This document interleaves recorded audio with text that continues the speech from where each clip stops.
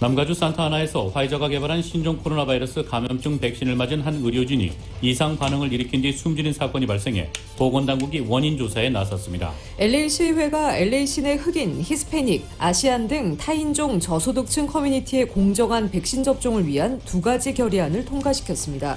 LA 카운티 내 식당들의 야외 영업이 오는 29일부터 재개되는 가운데 카운티 당국이 야외 영업 재개에 대비해 한층 더 강력한 코로나 안전 수칙을 준수해달라고 당부했습니다. 지난주 조 바이든 대통령이 서명한 행정명령에 따라 연방지원금 규정이 개정돼 LA 지역 노숙자들이 구제받을 수 있는 길이 열릴 것으로 기대됩니다. 세금 보고철이 돌아왔습니다. 올 세금 보고는 코로나 팬데믹으로 납세자들에게 지급된 실업수당과 다양한 정부 구제 기금으로 예년보다 훨씬 복잡해졌습니다.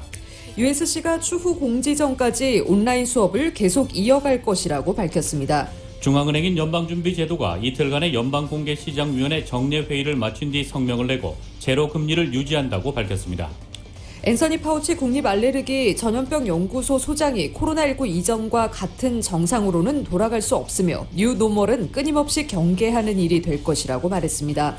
조 바이든 대통령은 오늘 기후변화 대응을 행정부 역점 과제로 부각하며 이를 위한 행정명령에 서명했습니다. 조 바이든 행정부의 초대 교통부 장관으로 지명된 피트 부티지지에 대한 인준안이 상원 상무위원회를 통과해 본회의 표결을 앞두게 됐습니다. 부티지지가 상원에서 인준을 받으면 미 역사상 강요에 임명된 최초의 공개적인 동성애자며 최연소 강요 가운데 한 명이 됩니다. 뉴욕 증시에서 주요 지수가 연방공개시장위원회 결과에 대한 실망감과 일부 헤지펀드의 공매도 손실에 따른 강제 주식 매각 가능성 등이 투자자들을 압박한 것으로 풀이되며 큰 폭 하락 마감했습니다. 남가주 지역 오늘 저녁부터 금요일인 오는 29일까지 겨울 폭풍으로 인해 일부 지역에 눈과 비가 내리겠습니다. LA 지역의 내일 낮 최고 기온 61도, 밤 최저 기온 49도입니다. 이상은 이 시간 주요 뉴스입니다.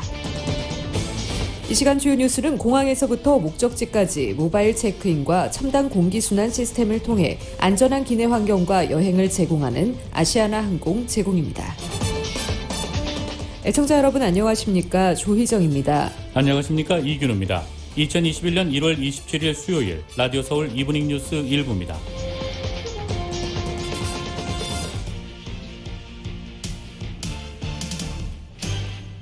일부 첫 소식 전해드리겠습니다.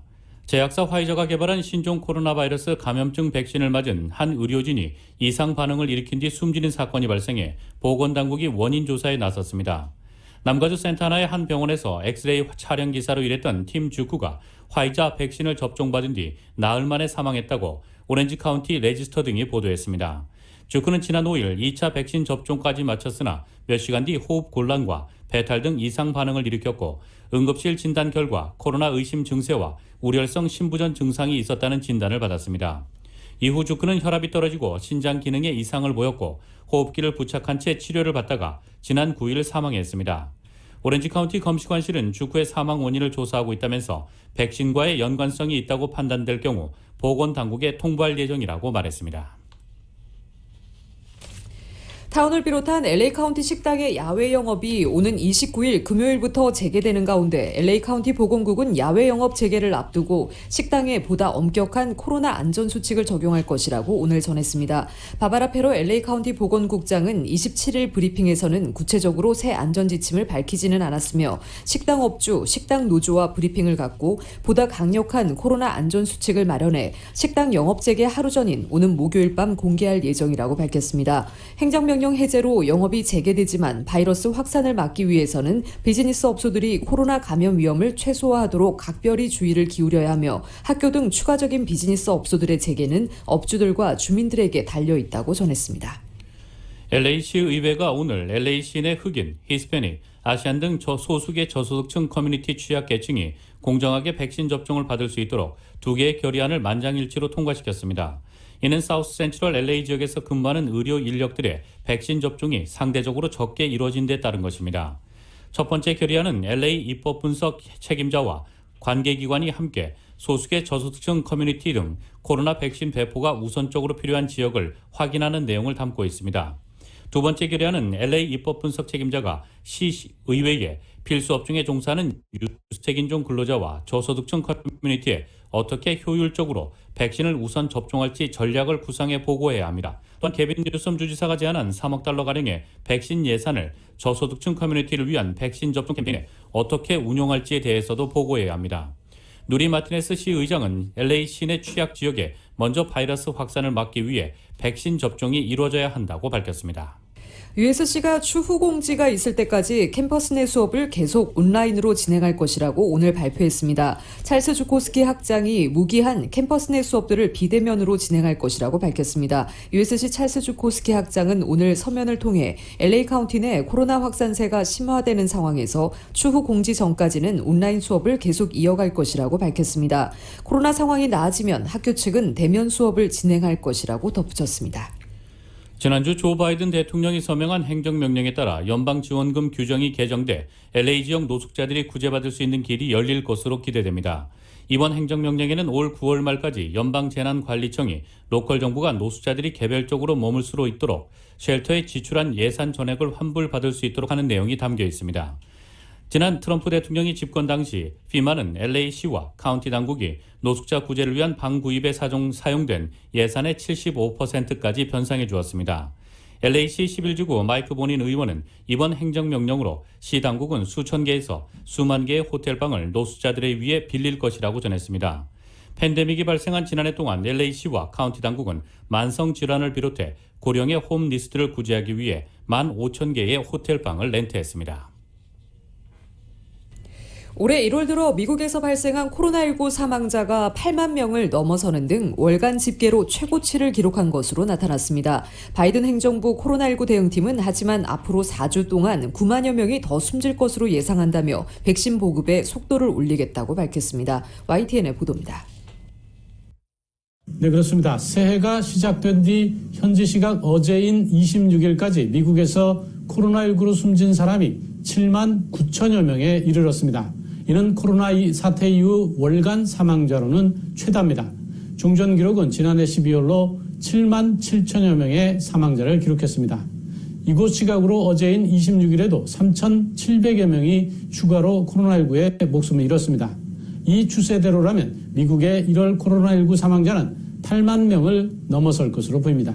바이든 행정부의 코로나19 대응팀이 처음으로 브리핑했는데요. 로셸 왈렌스키 질병통제예방센터 CDC 국장은 앞으로 4주 동안 9만 명에 이르는 사망자가 더 나올 것이라고 경고했습니다. 이에 따라 다음 달 20일까지 누적 사망자가 50만 명 안팎이 될 것이라고 설명했습니다. 대응팀은 백신 보급을 확대하는 것이 현재로서는 최선의 대책이라고 덧붙였습니다.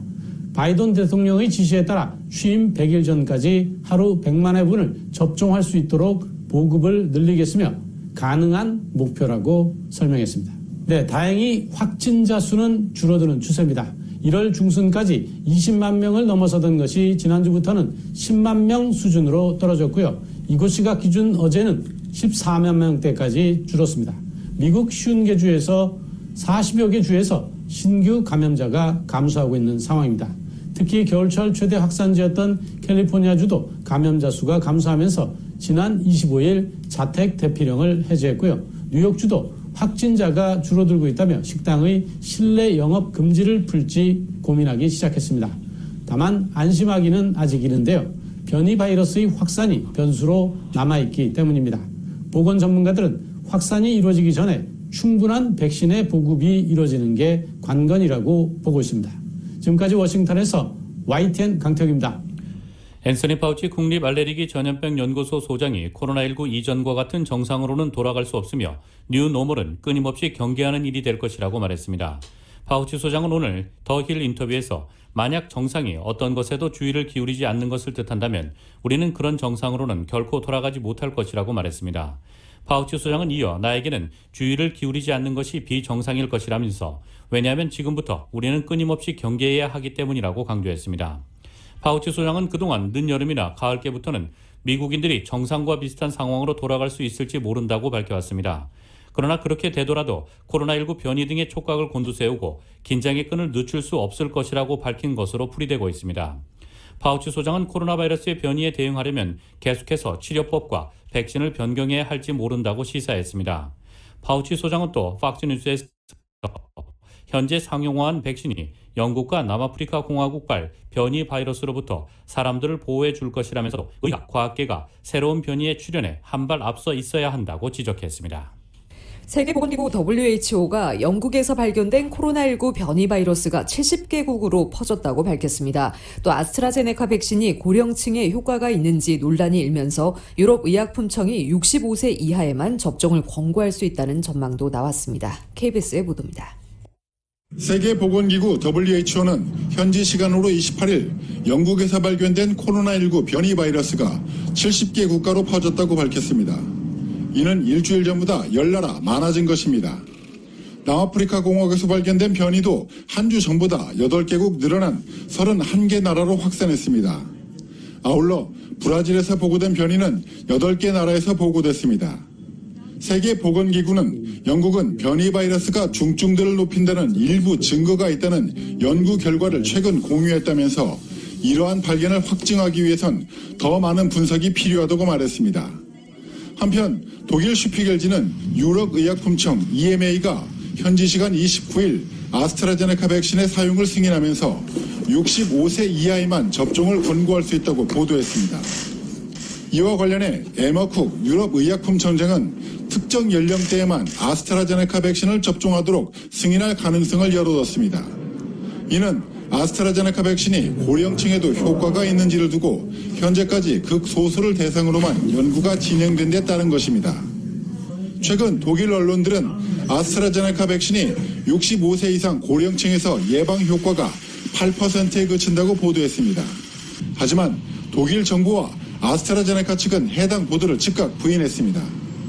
아스트라제네카 백신은 현재 영국과 브라질, 아르헨티나, 멕시코, 인도 등에서 긴급 제한 사용 승인을 받았습니다. 베를린에서 KBS 뉴스 김규수입니다.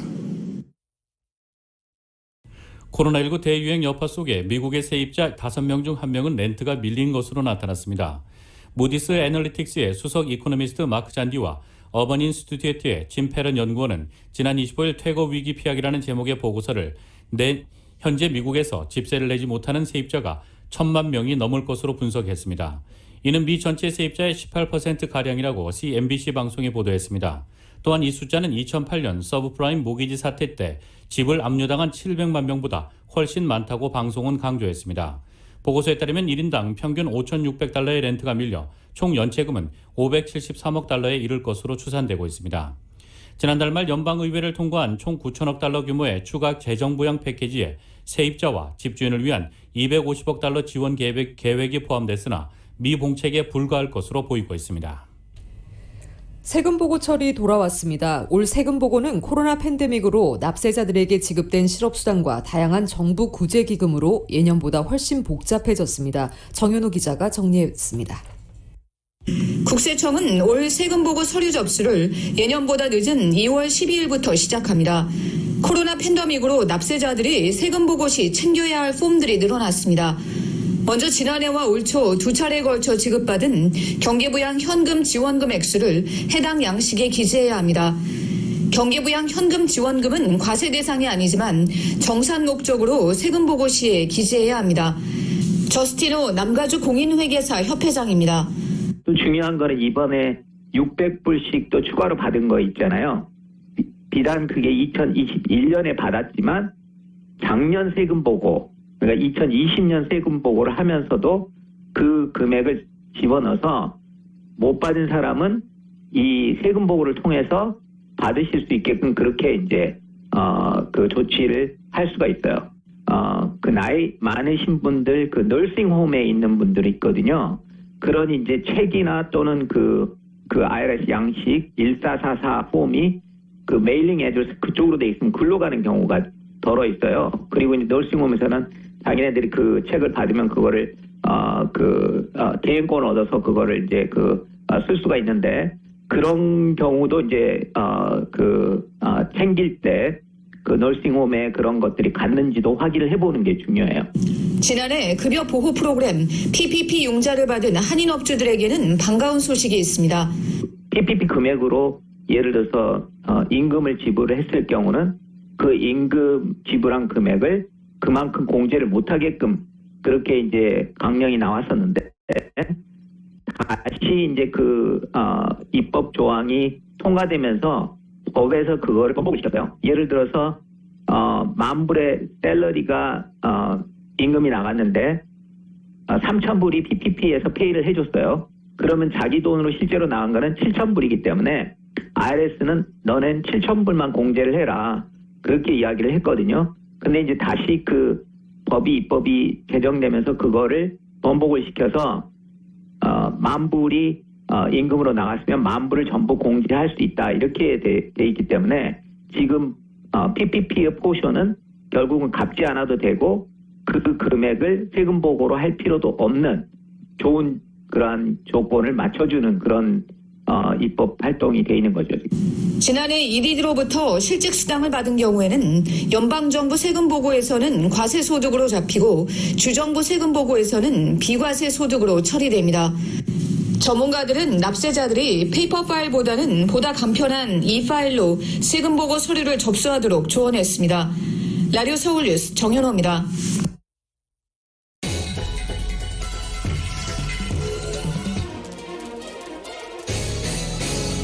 라디오 서울 이브닝 뉴스 1부 함께하고 계십니다. 이 시간은 LA와 가든그로브 두 곳에서 모시는 금강안경 검안과 1250만 불 교통사고 최고보상 교통사고 전문 천재 변호사 리차드 호프만, 빛으로 태어나는 당신은 카우나 미인, 100% 근적 개선 마스크는 카우나뿐입니다. 정직한 빛 카우나 LED 마스크, 신축년 새해에도 고객 여러분의 희망을 가장 가까운 곳에서 응원하며 함께하겠습니다. 희망을 설계하는 전문가들의 은행 뱅커 오브 홉 공동 제공입니다.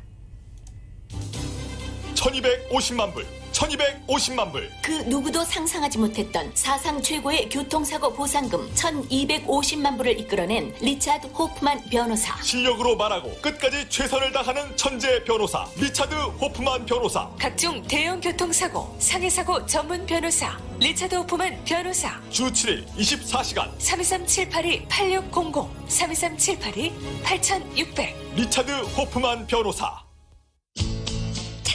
찾았다. 나에게 꼭 맞는 여행사를 찾았다. 맞춤 투어 전문 한우리 여행사 213-388-4141. 미국, 캐나다, 유럽, 아시아, 중남미 그리고 고국 방문까지 맞춤 관광도 1등, 저렴한 티켓도 1등. 한우리 여행사. 한우리 여행사의 VIP 명품 투어로 감동을 경험하십시오. 1등이니까 한우리니까. 213-388-4141 213-388-4141. 올림픽과 발먼 한우리 여행사. 미식가 부부의 트윈 프레셔 라이프.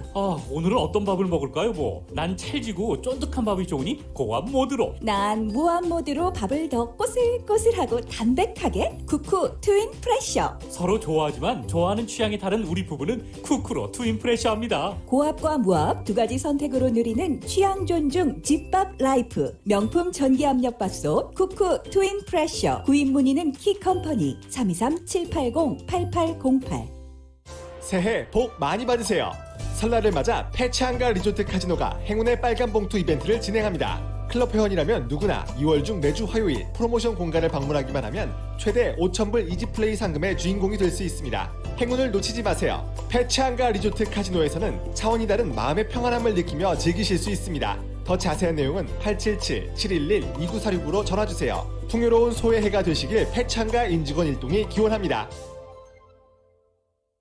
불법, 혹시 자신도 모르게 불법을 저지르지는 않으십니까? 불법? 아니요. 제가 얼마나 바른 생활을 하는데요. 한국 인기 드라마 최신 예능 프로그램 어떻게 시청하고 계십니까? 그거야 TV 동영상 사이트에서. 불법입니다. 그러나 한국 TV는 합법입니다. KBS 트롯 전국체전, 드라마 바람피면 죽는다, 오 삼강빌라, 펜트하우스, 놀면 뭐하니, 불타는 청춘 등 최고의 드라마와 예능을 실시간 합법적으로 볼 수 있는 방법. 선택하십시오. 한국 TV. 그런데 가격이 한 달에 9불 99, 1년에 99불 90. 불법 동영상 사이트보다 쌉니다. 새해부턴 합법적으로 마음 놓고 한국 프로그램을 즐기세요. 행복하고 즐거운 세상을 연결해주는 한국 TV. 한국 TV 가입 문의 323-692-2121 또는 www.tvhan국.com을 방문하십시오.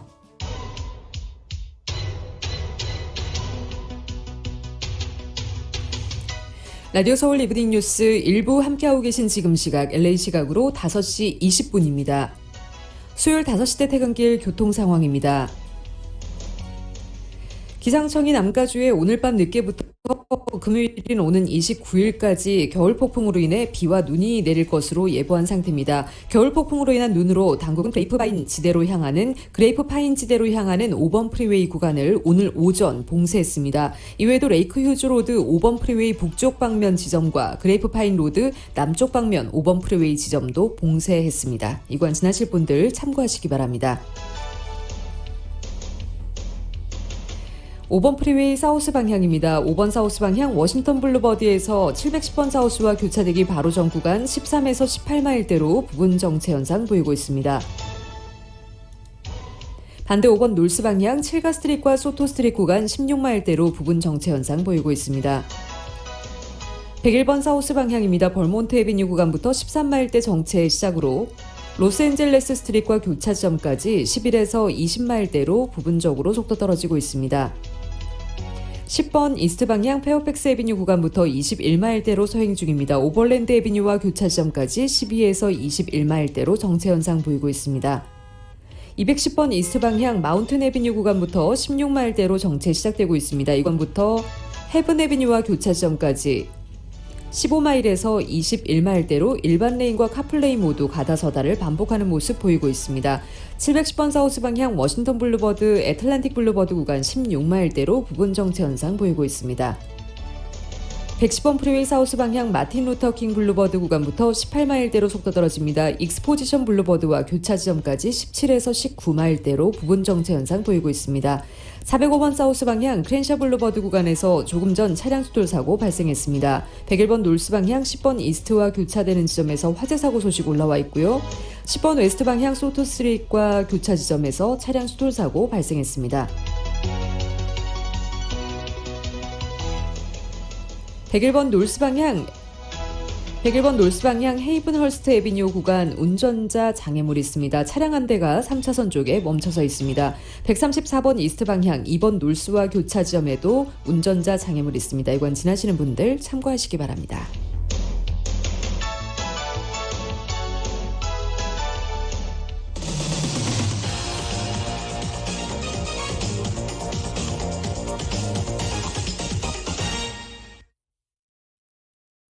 여러분께서는 라디오 서울 이브닝 뉴스 일부 함께하고 계십니다. 미국 소식 전해드리겠습니다. 조 바이든 대통령은 오늘 기후변화 대응을 행정부 역점 과제로 부각하며 이를 위한 행정명령에 서명했습니다. 일자리 감소나 셰일가스 분리를 위한 수압 파쇄법 전면 금지는 없을 것이고 오히려 일자리 창출로 이어질 것이라면서 석유업계 달래기도 시도했습니다.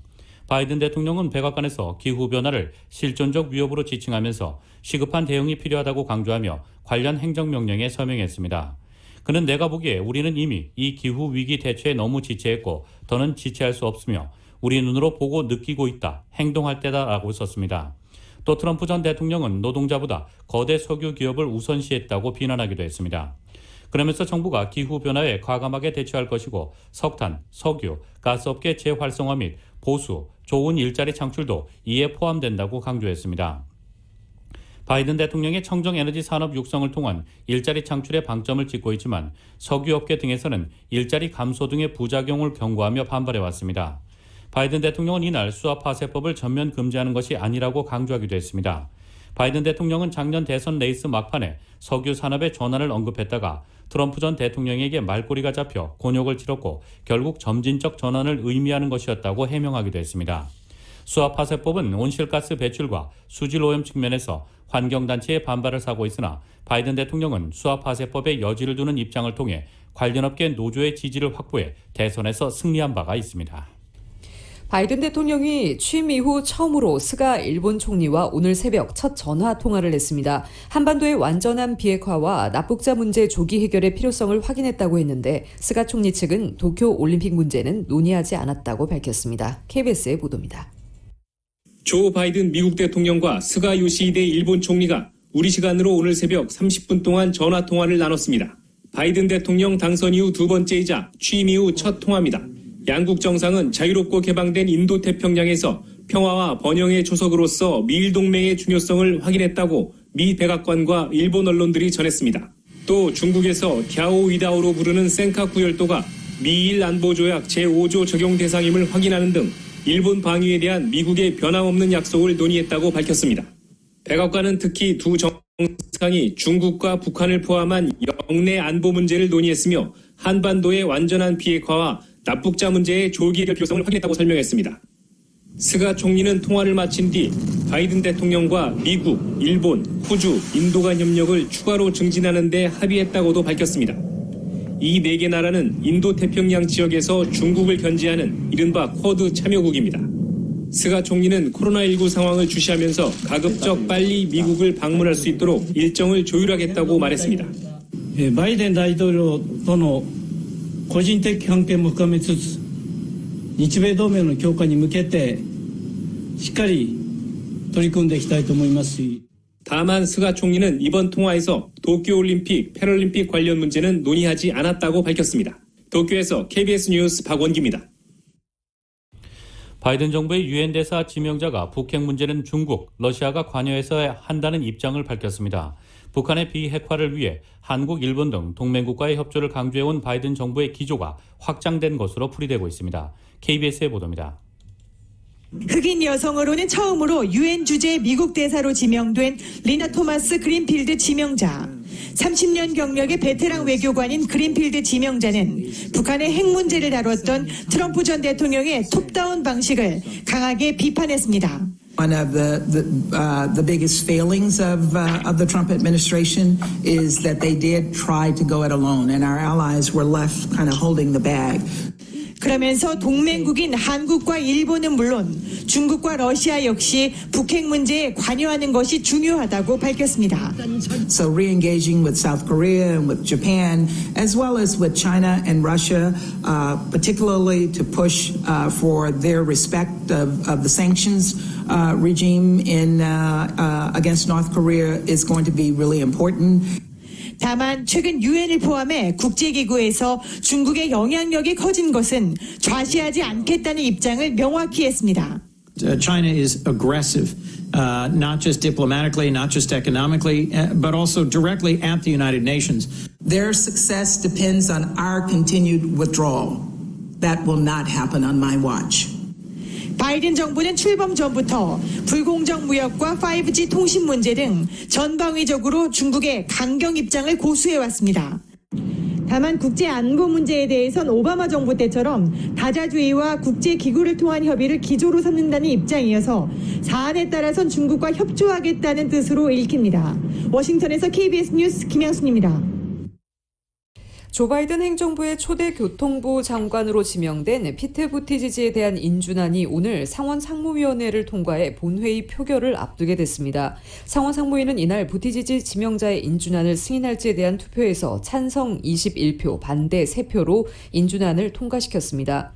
상무위 소속 의원 가운데 공화당의 테드 크루즈, 마샤 블랙번, 릭 스콧 상원 의원은 반대표를 던졌습니다. 상원은 이르면 이번 주에 최종 표결을 할 가능성이 있습니다. 부티지지가 상원에서 인준을 받으면 미국 역사상 강요에 임명된 최초의 공개적인 동성애자이며 최연소 강요 가운데 한 명이 될 것이라고 전했습니다. 그가 장관으로 취임하면 지구온난화의 주된 요인인 자동차 배기가스 배출 감소 등 바이든 대통령의 기후변화 의제에서 중요한 역할을 할 것으로 보입니다. 부티지지 지명자는 앞서 인준 청문회에서 온실가스 배출을 줄이고 전기 자동차 사용을 촉진하겠다는 구상을 밝힌 바 있습니다. 중학교 교사가 지난 6일 발생한 연방의회 의사당 난입 사태에 관여했다는 이유로 정직이 되자 부당한 징계라고 맞서고 있습니다. 펜실베니아주 앨런타운 교육구의 중학교 사회교사인 제이슨 무어헤드가 교육구를 상대로 직무 복귀를 요구하고 있습니다. 앞서 지난 7일 앨런타운 교육구는 무어헤드가 의회 폭동에 관여했다는 그의 직무를 정지하고 조사에 착수했습니다. 조사의 근거는 무어가 사태 당일 사회 관계망 서비스에 올린 게시글이었습니다. 당시 무어헤드는 트럼프 전 대통령의 워싱턴 DC 지지 집회에 참석해 미국을 다시 위대하게 문구가 새겨진 모자를 쓴 모습으로 셀카를 찍어 올렸습니다. 사진과 함께 시민으로서의 의무를 다하고 있다는 글귀도 적었습니다. 이어 의사당은 보험 가입이 돼 있으니 걱정할 것 없다라며 지지자들의 의사당 난입을 옹호하는 듯한 글을 올렸습니다. 무어헤드의 게시글이 인터넷에서 확산하자 지역 주민들은 그의 해고를 촉구했고 교육부는 하루 뒤인 지난 7일 그의 직무를 정지했습니다. 무어헤드는 사태 당일 트럼프 전 대통령이 나온 집회에 참석하긴 했지만 의사당과는 1마일 이상 떨어져 있었다는 입장입니다. 그는 AP에 트럼프 전 대통령이 재임 당시 일을 잘했다고 봤고 어쩌면 그가 마지막으로 여는 대규모 집회일 수 있어서 직접 발언을 듣고 싶었다며 집회에 참석한 이유를 설명했습니다. 모아헤드는 교육부의 처분 이후 사람들이 자신을 폭력적 극단주의자로 간주해 교사로서 신뢰를 잃었다며 교육부 차원의 사과와 직무 복귀를 요구하고 있습니다. 그의 변호인은 교육부를 상대로 명예훼손 소송에 나설 것이라고 밝혔습니다. 미 국토안보부 DHS는 오늘 국가 테러리즘주의 시스템에 올린 공지문에서 이념적 음모론에 경도된 극단주의자의 국내적 요인에 따른 테러 위협이 커졌다며 주의해야 한다고 당부했습니다. DHS는 신임 대통령 취임 이후 수주 동안 미국 전역에 극단주의자에 의한 테러가 발생할 수 있는 분위기가 높아졌다며 첩보에 따르면 일부 폭력적 극단주의자가 정부의 권한 행사와 정권 교체를 반대하고 허위 정보로 불만을 품어 폭력을 계속 도모할 수 있다고 밝혔습니다. 특히 지난 한 해 코로나19에 대한 음모론과 허위 정보에 경도된 폭력적 극단주의 세력이 전기나 통신, 보건 등 기관시설을 겨냥한 폭력 위협이 증가했다고 강조했습니다. 이어 지난 한 해 국내에서 자생한 폭력적 극단주의자는 방역 조처, 대선 결과, 공권력 행사 등 여러 사안이 동기가 돼 종종 정부 시설을 겨냥해 공격을 벌였다라며 올해도 이런 동인에 의한 폭력이 계속될 수 있다고 우려했습니다. 미 국토안보부 DHS는 이를 폭력적 극단주의 세력이 이달 6일 의사당 난동 사태 이후 더욱 대담해졌다는 점도 지적했습니다. 아랍에미레이트와 사우디아라비아에 대한 미국의 무기 수출이 일시 중단됩니다. 월스트리트저널은 오늘 소식통을 인용해 조 바이든 행정부가 트럼프 전 대통령 시절 체결된 아랍에미레이트와 사우디아라비아에 대한 무기 수출 계약의 이행을 중단시켰다고 보도했습니다. 아랍에미레이트는 트럼프 전 대통령 임기 마지막 날인 지난 19일 미국의 최신의 스텔스 전투기인 F-35A 50기 등 230억 달러 규모의 무기를 주문했습니다. 당시 아랍에미레이트가 트럼프 전 대통령의 중재로 이스라엘과 관계 정상화를 결정한 것도 F-35A 구매 계약을 하기 위해서라는 분석도 제기됐습니다.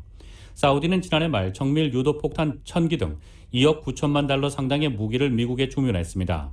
그러나 이번 조치로 아랍에미레이트와 사우디의 무기 계약은 일단 원점에서 재검토될 것으로 보입니다. 사우디에 대한 무기 판매 중단은 바이든 대통령의 공약이었습니다. 바이든 대통령은 대선 기간 예멘 내전에 개입한 사우디에 대한 지원을 중단하겠다고 약속했습니다. 미국이 판매한 무기가 무고한 민간인의 목숨을 빼앗는 데 사용된다는 이유에서입니다. 또한 바이든 대통령은 사우디의 반체제 성향 언론인 자말 카슈쿠지 살해 사건 등 사우디의 인권 문제에 대해서도 비판적인 입장을 견지하고 있습니다. 이달 초 워싱턴 DC 연방의사당 난동 사태 배후로 지목된 극우단체 프라우드보이스의 대표가 경찰 정보원으로 활동한 사실이 확인됐습니다. 프라우드보이스의 엘리케 타리오 대표가 사기 혐의로 기소된 지난 2014년 마이애미 연방법원의 재판 기록을 로이터 통신이 입수해 이같이 보도했습니다. 당시 기록에 따르면 타리오의 변호사는 그가 경찰의 정보원으로서 마약과 도박 등 범죄자 13명이 기소되도록 협력했다는 사실을 소개하며 형량을 낮춰달라고 요청했습니다. 또 연방수사국 FBI 요원도 법정에 나와 타리오가 마약 수사 등에서 핵심적 역할을 담당했다고 증언했습니다. 결국 판사는 도난 의료기기에 부착된 라벨을 교체한 뒤 판매하려다 체포된 타리오의 형량을 징역 30개월에서 16개월로 대폭 낮춰줬습니다. 이와 관련해 타리오는 자신은 경찰 수사에 협력한 사실이 없다고 주장했습니다. 현재 FBI는 타리오가 프라우드보이스 회원을 선동해 의사당 난입 사태를 일으켰다고 보고 있습니다.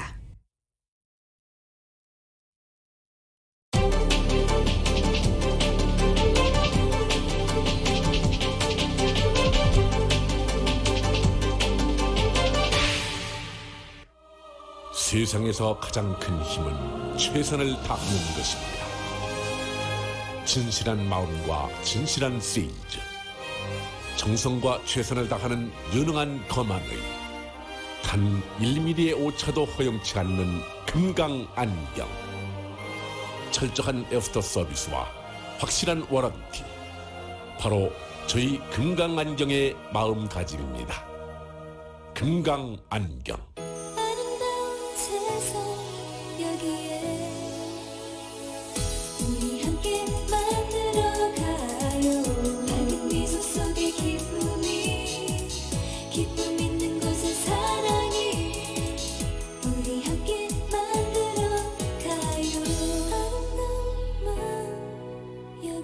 아름다운 마음, 바로 금강안경의 마음입니다.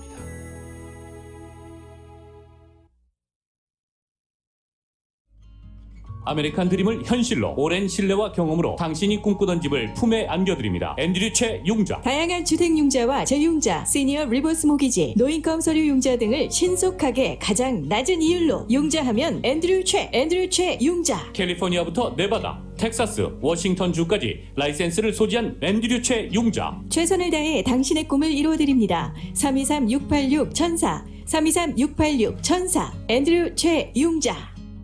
도사님, 코로나 팬데믹으로 집콕하는 삶도 힘든데 문콕 자동차 때문에 더 속상합니다. 타운에 가장 싸고 잘 고치는 오토 바디샵은 어딘가요? 부담 없이 순식간에 문콕 수리를 해주는 곳은 37년 경력의 오리온 오토 바디입니다. 반납을 앞둔 리스 자동차도 새 차처럼 만들어주는 오리온 오토 바디 앤 페인트. 10년 된 차를 새 차로 만들어주는 오리온 오토 바디 앤 페인트. 올림픽과 크레셔 코너 323-525-0400 323-525-0400. 여러분, 보험회사, 주치의 선생님, 메디컬 그룹 중에서 가장 신중히 선택해야 할 곳은 어딜까요? 바로 메디컬 그룹입니다. 전문의 허가서 리퍼를 메디컬 그룹이 결정하기 때문입니다. 그렇습니다. 서울 메디컬 그룹은 크고 튼튼합니다. 그래서 의학적으로 필요한 리퍼 신속하게 100% 해드립니다. 아무나 가질 수 없는 실력과 속도, 서울 메디컬 그룹의 파워와 함께하십시오. Right choice, 서울 메디컬 그룹.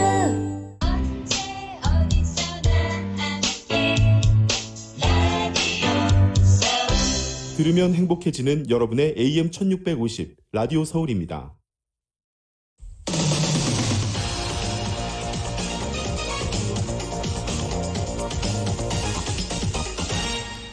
여러분께서는 라디오 서울 이브닝 뉴스 일부 함께하고 계십니다. 한국 소식 전해드리겠습니다. 문재인 대통령이 손실보상제와 이익공유제가 감염병 재난을 위기 위한 정책 모델이 될 것이라고 강조했습니다. 백신이 개발되면 원하는 나라에 포용적으로 공급하겠다고도 밝혔습니다. KBS의 보도입니다.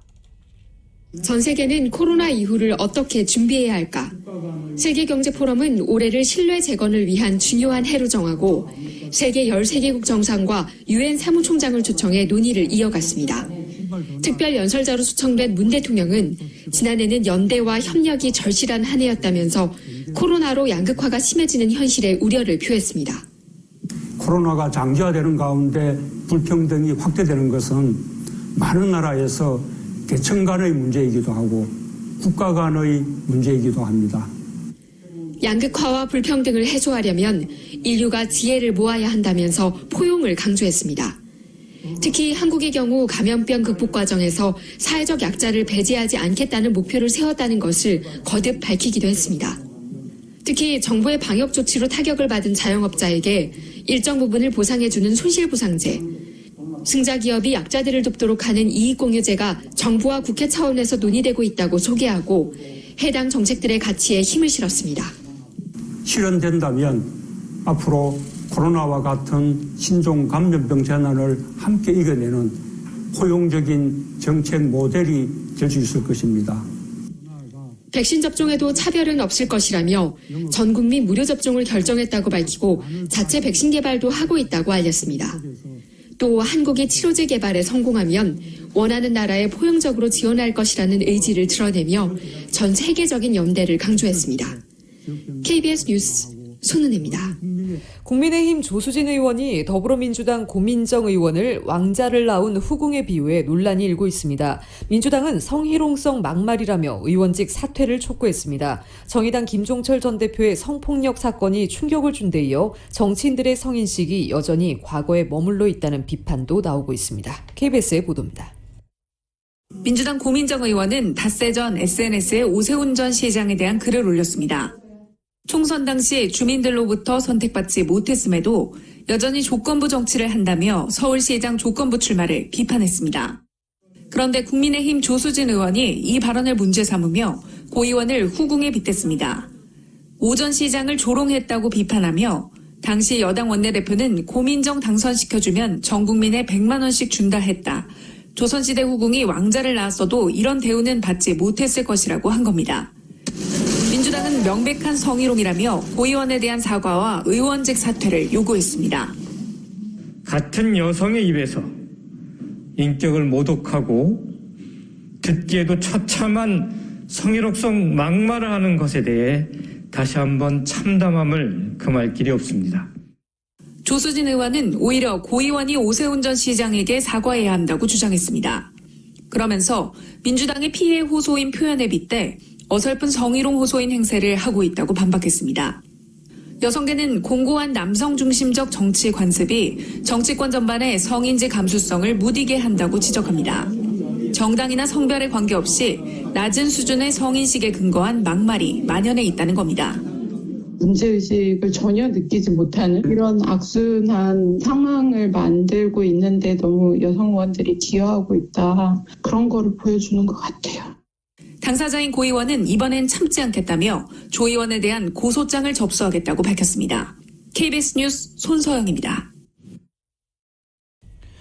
최강욱 열린민주당 대표가 채널A 강요미수 사건 당사자인 이동재 전 기자에 대해 허위 사실을 유포한 혐의로 또다시 법정에 서게 됐습니다. 지금까지 모두 3차례 기소된 셈인데 조국 전 법무부 장관 아들의 허위 인턴 확인서를 작성한 혐의에 대해선 오늘 법원의 첫 판단이 내려질 것으로 보이고 있습니다. YTN의 보도입니다. 지난해 4월 최강욱 열린민주당 대표가 자신의 SNS에 올린 글입니다. 강요미수 의혹을 받던 이동재 전 채널A 기자가 이철 전 VIK 대표에게 한 발언 요지라고 적혀 있습니다. 최 대표는 이 전 기자가 이 전 대표 측에 사실이 아니라도 좋으니 살기 위해서 유시민에게 돈을 줬다고 하라고 말했다고 주장했습니다. 이어 고소할 사람은 우리가 준비해뒀다며 유시민의 집과 가족을 털고 노무현 재단도 압수수색할 것이라고 말했다고 적었습니다. 그러면서 이러한 녹취록 내용이 검찰과 언론의 총선 기획이자 쿠데타라고 규정했습니다. 하지만 시민단체는 정작 공개된 녹취록엔 이런 내용이 없다며 최 대표를 검찰에 고발했습니다. 선거를 앞두고 이제 자신들의 세력의 비판적인 언론에 재갈을 물리고 그리고 현 정부를 수사하고 있는 검찰을 압박을 가하고 그리고 선거에 영향을 끼치려고 한 것이 아닌가. 고발 9개월 만에 검찰은 허위 사실에 의한 명예훼손에 해당한다고 보고 최 대표를 불구속 상태로 재판에 넘겼습니다. 최 대표와 함께 채널A 업무방해 혐의로 고발된 황희석 전 법무부 인권국장과 검언유착 의혹 제보자 지모 씨는 불기소 처분했습니다.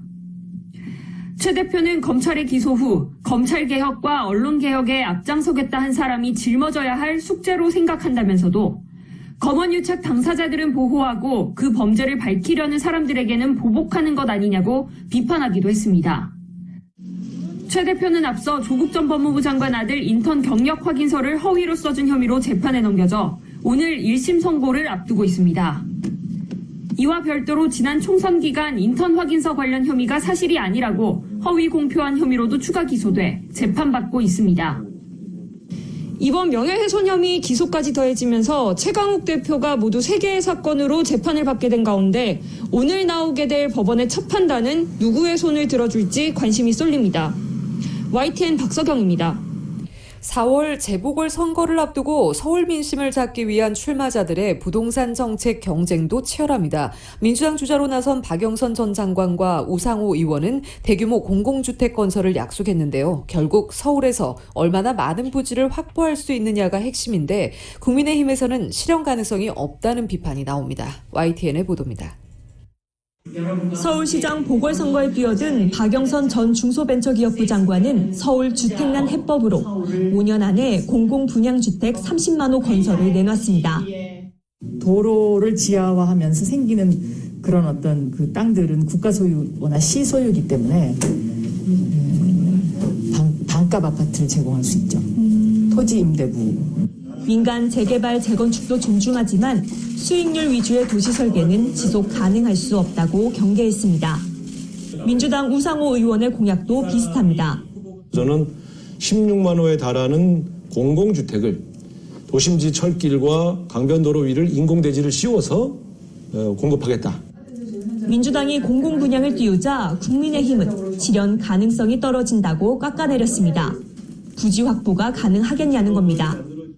오세훈 전 서울시장은 판교 신도시 3만 호, 김포 신도시 6만 호 공급에 부지 300만 평씩 필요했다며 서울 시내에는 아파트를 지을 만한 시유지가 거의 없다고 지적했습니다.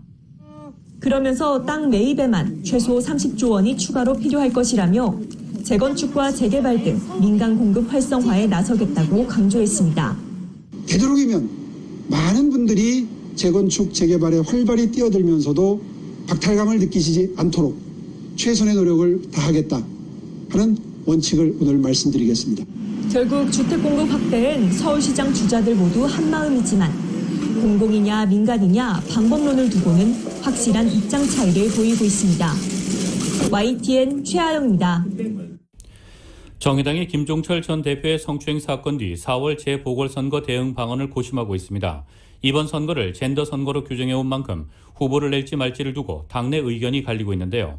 정의당은 관련 태스크포스를 설치하고 후보를 내지 않을 가능성까지 포함해 모든 방안을 논의하고 있습니다. YTN의 보도입니다. 정의당은 당대표 성추행 사건 뒤 처음 연 비상대책회의에서 무엇보다 재발 방지 대책 마련에 집중했습니다. 당의 성평등 조직 문화를 제대로 정착시키는 게 쇄신의 출발점이라고 강조했습니다. 재발 방지 대책을 마련해 성평등한 시스템을 정착시키기 위해 밑바닥부터 철저하고 단호하게 대응해 나가겠습니다. 이를 위해 당내에 관련 TF부터 꾸리고 무관용 원칙에 따라 대처하기로 했습니다.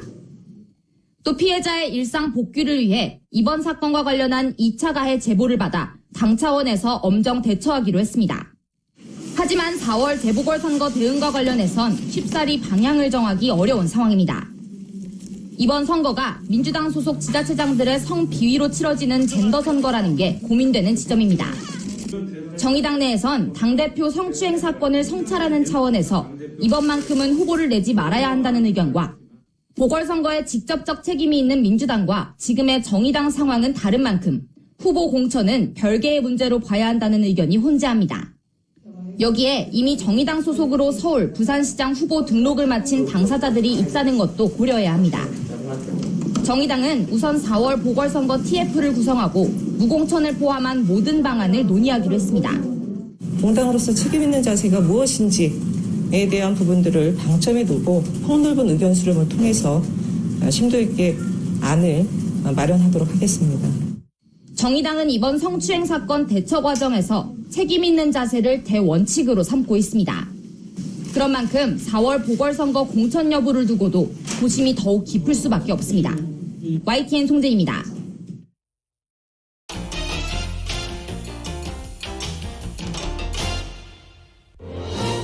교통사고 전문 변호사 브라이언 와인버거 1800-605-0777 여기 여러분을 위한 교통사고 전문 변호사 와인버거 1800-605-0777 제니를 찾아주세요.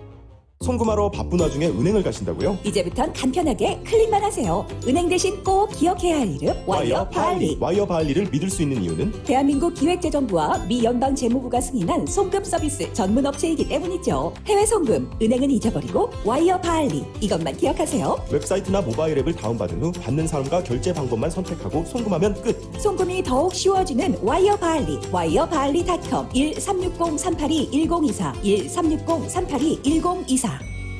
확 달라진 두피 변화와 탈모 개선 효과. 김수전기 랩코스 닥터14 바이탈 케어 샴푸 특별 세일 29불 99. 아마존 초이스 사용자 평가 4.7의 우수한 기능성 샴푸. 두피 유수분 밸런스 개선과 진정 효과.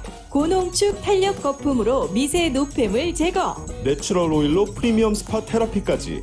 14가지 유효 성분과 9가지 임상 실험을 마친 닥터14. 탈모로 스트레스 받는 아버님. 이제 탈모 고민은 그만. 풍성한 모발로 자신감 넘치는 일상. 닥터14 바이탈 케어. 지금 김수전기로 오세요. 안 깎아도 제일 싸다는 집 김수전기 김수전기. 여보, 요즘 눈이 피로하고 뿌옇게 보이는 것 같아. 엄마 나도. 그게 다 스마트폰, 컴퓨터에서 나오는 해로운 자외선 블루라이트 때문이래. 수면도 방해하고 백내장, 황반 변성까지 일으킬 수 있다네. 그럼 어떻게 여보? 걱정 마요. 서독 안경에는 이 블루라이트를 막는 특수 렌즈가 있대요. 그럼 빨리 가자. 서독 안경으로. 대를 이어 믿고 찾는 올림픽과 하버드 서독 안경 323-732-3030 센트럴 헬스 메디케어도 환영합니다. 현대사우나가 탑구까지 오픈됐습니다. 현대사우나에서 산뜻하게 아침을 준비하시고 저녁엔 하루의 피로를 푸세요. 한 달 회원권은 220불, 세 달은 500불, 6개월은 700불, 1년은 1100불, 하루 14불, 야간 입장은 18불로 사우나와 헬스를 즐길 수 있는 K타운의 유일한 장소. 현대사우나의 파킹은 넓고 프리, 발렛 없습니다. 탁구는 예약 먼저 하고 와주세요. 유가와 아드모어 현대사우나 213-487-0008 487-0008.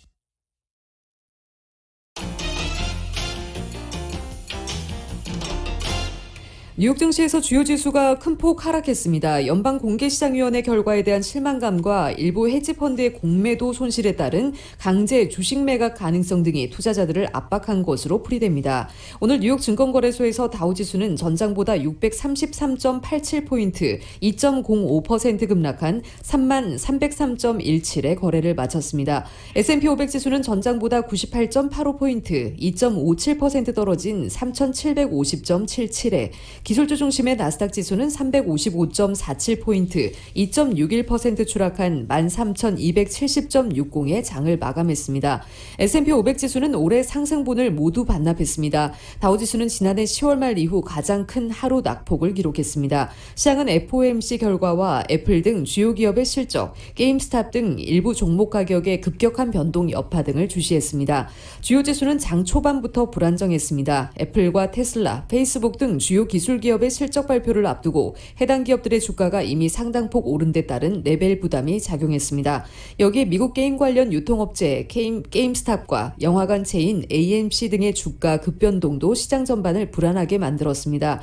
최근 개인 투자자들이 게임스탑과 AMC 등을 타깃으로 집중적인 매수세를 보여주면서 이들 기업 주가가 폭등세입니다.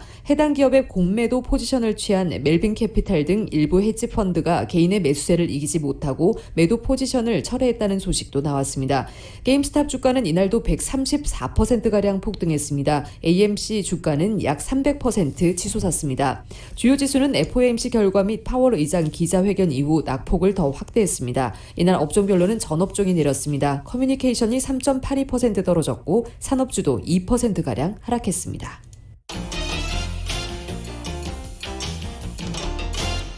국제유가는 미국의 원유 재고 급감 소식에 혼조세를 보이고 있습니다. 뉴욕 상업거래소에서 3월 인도분 서부 텍사스산 원유는 전날보다 배럴당 0.5% 오른 52.85달러의 거래를 마쳤습니다. 런던 ICE 선물 거래소의 3월물 브렌트유는 현재 배럴당 0.6% 떨어진 55.57달러에 거래되고 있습니다. 에너지정보청에 따르면 지난주 미 원유 재고는 지난해 7월 이후 최대 폭인 990만 배럴 감소했습니다. 원유 재고량은 4억 7,670만 배럴로 지난해 3월 이후 최저 수준입니다. 국제 금값은 소폭 하락했습니다. 뉴욕 상품거래소에서 2월 인도분 금은 온스당 0.3% 내린 1,844.90달러의 장을 마감했습니다. 미국의 전기자동차 업체 테슬라가 창사 이래 처음으로 첫 연간 흑자를 달성했습니다. 테슬라는 오늘 지난해 7억 2,100만 달러의 이익을 냈다는 내용의 실적 보고서를 공개했습니다. 테슬라는 2019년에는 8억 6,200만 달러의 손실을 냈지만 지난해에는 전기차 판매 호조 등에 힘입어 연간 흑자 달성에 성공했습니다. 하지만 작년 4분기 실적이 시장의 기대치를 밑돌면서 시간 내 거래에서 주가는 5% 가까이 하락했습니다. 로이터 통신은 테슬라의 4분기 수익이 월가의 예상치를 밑돌았고 올해 전기차 납품 목표를 명확하게 제시하지 않았다고 전했습니다. 아이폰 제조업체 애플이 신제품 아이폰 12의 판매 증대에 힘입어 작년 4분기 매출이 처음으로 1,000억 달러를 돌파하는 기록을 작성했습니다. 애플은 오늘 지난해 4분기에 1,114억 달러의 매출을 거뒀다고 발표했습니다. 월스트리트저널은 분기 매출액으로 사상 최대이자 1,000억 달러 선을 넘긴 것도 처음이라고 전했습니다. 순이익은 29% 늘어난 287억 6천만 달러로 집계됐습니다. 주당 순이익으로 환산하면 1.68달러로 금융정보업체 팩트셋이 집계한 월가 애널리스트들의 예상치인 평균 1.41달러 폭을 훌쩍 넘어선 것입니다.